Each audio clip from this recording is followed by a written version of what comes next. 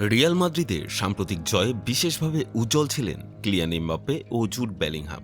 ম্যাচটি ছিল উত্তেজনায় ভরপুর, আর দুই তারকার ব্যক্তিগত পারফরম্যান্সে যেন বাস্তবায়িত হল চিরকালীন প্রত্যাশার আলো।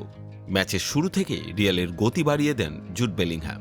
5 মিনিটের মাথায় তার পা থেকে আসে প্রথম গোলটি, যা ছিল তার লিগের পঞ্চম গোল।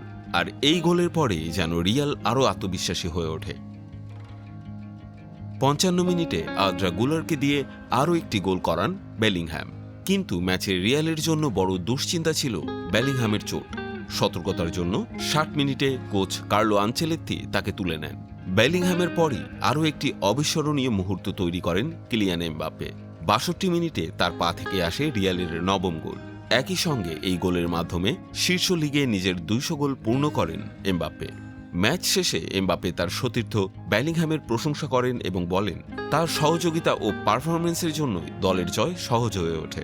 যদিও সম্প্রতি তাদের সম্পর্ক নিয়ে নানা মন্তব্য উঠেছে, তবুও মাঠে তাদের সুরেলতা যেন সমর্থকদের আনন্দে ভরিয়ে দিয়েছে। এই জয় রিয়াল মাদ্রিদের জন্য একটি বড় সুযোগ তৈরি করেছে।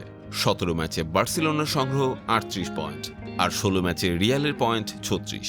একটি ম্যাচ হাতে রেখে বার্সেলোনাকে টপকে শীর্ষে পৌঁছানোর কাছাকাছি রিয়াল।